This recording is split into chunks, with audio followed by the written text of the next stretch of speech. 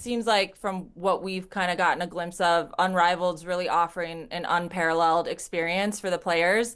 I'm curious, do you see or do you think that's going to have an impact on CBA negotiations at all? I think it puts pressure for sure.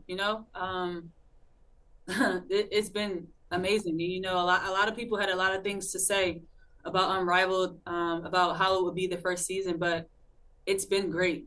So I'm grateful that they're able to put some pressure on the things that we deserve and the things that we're pushing for.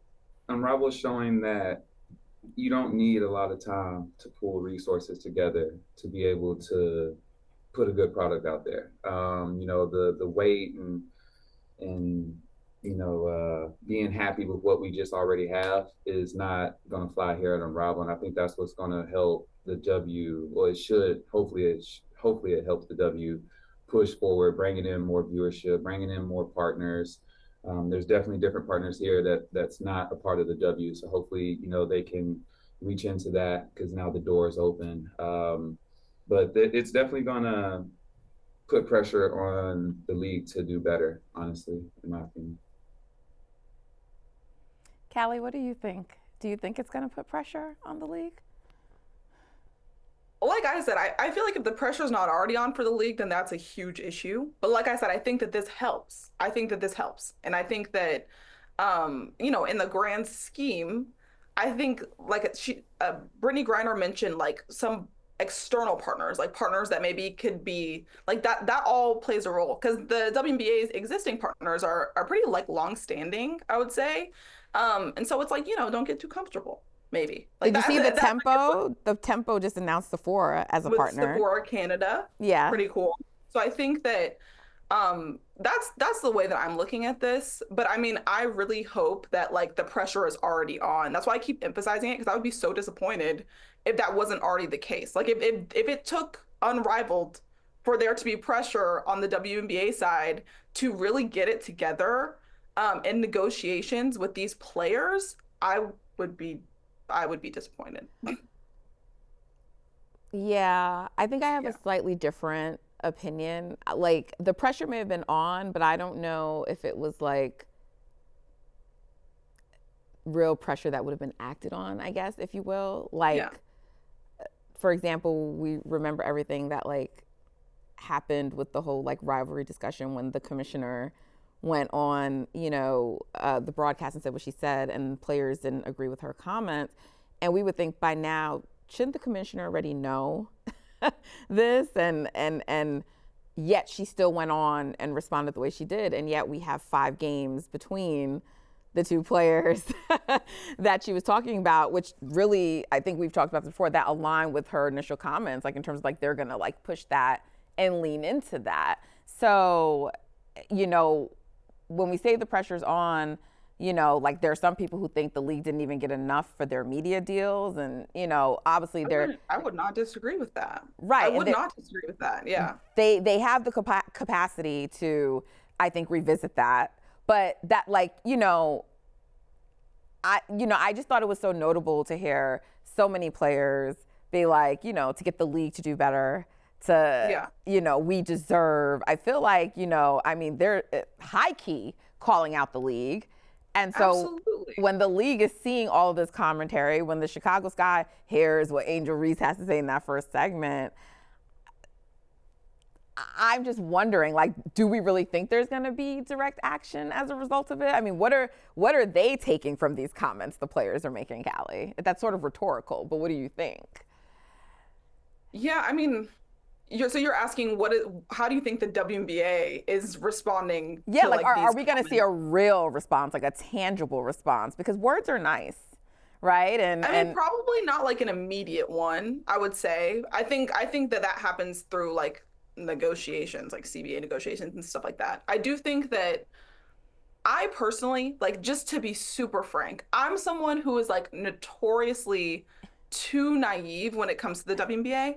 Like, and I'm always like putting a little bit too much faith in the league. Like, I remember even when I was in college, like when that CBA, the current CBA was agreed upon, I was like, this is gonna be great for the players. Like, I wrote a whole article about it as a college student, and it was terrible. It was absolutely terrible.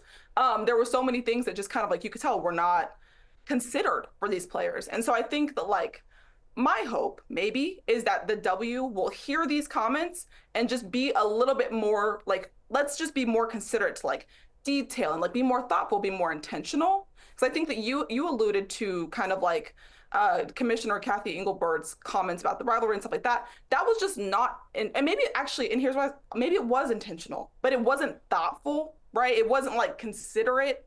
And so I think that that's what we need to see change, like from top to bottom. And maybe like that's what, because what we've seen, I feel like, is like external pressures are what moves this league. Like Caitlin Clark coming into the league, and then amid like a long time of kind of progress and like pushing from players about charter flights, it was like Caitlin Clark came in the league and immediate boom, charter flights. And I know there were players who were like, that's kind of ridiculous. Like there were coaches who were like, that's kind of crazy that it took, you know, a high profile rookie to finally answer the calls that we've been making. So I do think like I will concede in that sense that like, yes, there probably should have been a lot of pressure on the W, but like this probably is what like maybe accelerates some of that and puts a little bit more heat on it, because it's like, it's in all of our faces. It's in everybody's faces. Right. Well, I think, you know, there like, there was some other, there was just so much good sound, but there was like some other remarks that Andrew said, you know, where she talked about,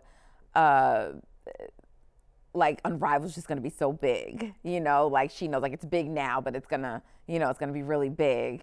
And, you know, like not anyone can just get in here. And, you know, she talked about that a lot. And like I said again, like there were players like Alicia Gray and Courtney Williams just talking about having everything that they need available to them at their disposal there, so they don't have to go out of the country, so they can be the best versions of themselves, right? And I guess my question is, obviously it's the WNBA and everybody wants to play in the professional league, but you have Unrivaled that's going to have this one-on-one tournament, $250,000 prize. They're already currently paying the highest salaries. Can this league threaten the WNBA at all if they don't get it together? Like if it's so great and players enjoy playing there so much, and if it does get bigger and bigger and they get all these investments, and I'm not saying it will happen, but you have to at least think about that when you see the way, like they're so happy. Everything we've seen is just happiness and joy. And we've seen the same comments now from all the players. And we heard it, you know, again today, like you'll see the videos as they come out today, but the same sentiment was reiterated and like this desire to push the league. So we know that the players are going to want to push the league in negotiations, but I just think it's going to be interesting to see. Obviously the league is supporting Unrivaled right now. We see the teams, you know, promoting it and things like that. But I think it's going to be interesting to see how these two leagues coexist together. And I mean, look, Nafisa Collier made it clear. They're not trying to take away things. They're trying to add more options to what players can do year round. So that's not their intention. But just, you don't want the league that's not the WNBA. You don't want that league to be better than the one that's the pro league, right? I mean, maybe not. Like, I mean, I think if Unrivaled is better than the WNBA, then like we said, I think maybe that puts more pressure on the W to like continue to improve. I think what you're saying, like what came to my mind while you were talking is that like the CBA as it's constructed, and obviously they're being negotiated, but like right now players can't even like do lockouts or holdouts or whatever you want to call it, like because of the current CBA. So it's not like they could be like, oh, we're protesting because, you know, the Unrivaled League is better or something like that. Like, you know, that sucks. That can hopefully change, you know, in current negotiations. So, you know, if the Unrivaled League is better, I can't imagine, like, here's what I'm trying to get to. I look at players like, that Seattle Storm a player, she played for France in the Olympics. Gabby. I'm just blanking. Williams? We're having a day where we're just blanking. Gabby but Williams? like she's someone, thank you, Gabby Williams, somebody who is like I don't really want to play in the WNBA. I'll just play overseas. Like, I don't think that we'll get to the point where there are players that are like, I don't really want to play in the WNBA. I'll just play on Unrivaled. I don't know if that is realistic, but I wonder. I mean, I think that that's kind of your question. Like, is that something that we could potentially see? And I don't know about that. Well, I think right now that you don't have the majority of people feeling like that because there was nothing really that rivaled the WNBA, right? We knew that it had like things that no, I'm just saying like in the future, like I'm projecting forward. Like Right. let's say like we get multiple seasons in Unrivaled. Like, do we imagine that there would be players who are like, I'm just gonna play it Unrivaled and not the W? Like that seems. I don't think so, but like I think that also means that the W has to get better, right? And so like you're right. Like I hope that they're seeing this. They're like, yeah, we need to get better because, you know, and I hope it does accelerate things and helps the players to get what they deserve in the W, because they're making it clear they're getting it in Unrivaled, but they also need to get it as part of the WNBA, right? And so I think it's interesting. I think it's fascinating, but I also think it's great. Like, I just love all of this attention that they're getting and promotion, and I agree with them that they deserved it. So I'm so excited to go down to Miami and cover this league. Yeah, any last thoughts from you, Callie? Oh, I just want to say I'm excited to see how this league impacts free agency because we're hearing a bunch of players today. Like we just heard Satu Sabali be like, "Yeah, I'm done in Dallas." Like, Listen, I was like, did she just confirm that she's not returning to Dallas? I had to text a few people before I tweeted it because I was like, I don't want to be out here misreporting. But I said, did she? Because someone's like, she confirmed and that's it. not I really said, like a shock or surprise. Yeah, it's not surprising. But it's not surprising, but she hadn't said it before, though, right? Like we just heard it. So when people are like, she confirmed it, I'm like, what? Like, wasn't it just all like speculation though before today? Yeah. And we also have like Jewel Lloyd, who's requested a trade. She was asked about, you know, her next steps. She was like, I'm just focused on Unrivaled. But like, I'm looking at somebody like Alyssa Thomas, a top free agent in this group. And like, she's someone that I'll be curious. Like, she's on a team with a ton of Aces players. Is that a potential destination that she'd continue? Maybe they can like lobby her since they're going to be playing with her all off season. Like, that's what I'm interested to see. Like, how does all these players being together in one place right before a potentially pivotal free agency impact what we'll see and where these players decide to go in the WNBA? That to me is like the most interesting part about all this. Well, I kind of feel like, and I'm definitely not going to put words in her mouth, but Courtney Vandersloot is definitely going to talk to other teams. Right? Yeah, that's what it sounded like. Yes. So. And Satu Sabali also said, yes, she would love to play with her sister when asked. She didn't volunteer that, but she was asked. Yeah. And she said that. So, you know, obviously we know that like if Courtney leaves the Liberty, it would probably have something to do with, you know, Leonie moving into the starting lineup. And she's won like multiple championships now. So she probably, if she decided to do that, she probably feels like she could, but that would be interesting, you know, in New York. So like you said, just things to watch unfold. But yeah, I was surprised about Satu's candor, and she's been the most open, and I think Courtney some. I feel like, you know, Jewel was like, all right, y'all not getting nothing out of me today. And I respect that for sure. Yeah. And Dejanay Carrington obviously also said that she was focused on, you know, Unrivaled. So, and just getting better. And then we'll see what happens. So Alyssa Thomas is coming. So we're going to see if I'm sure the free agency questions will come to her. So we're going to see. If you don't ask, I'm going to ask.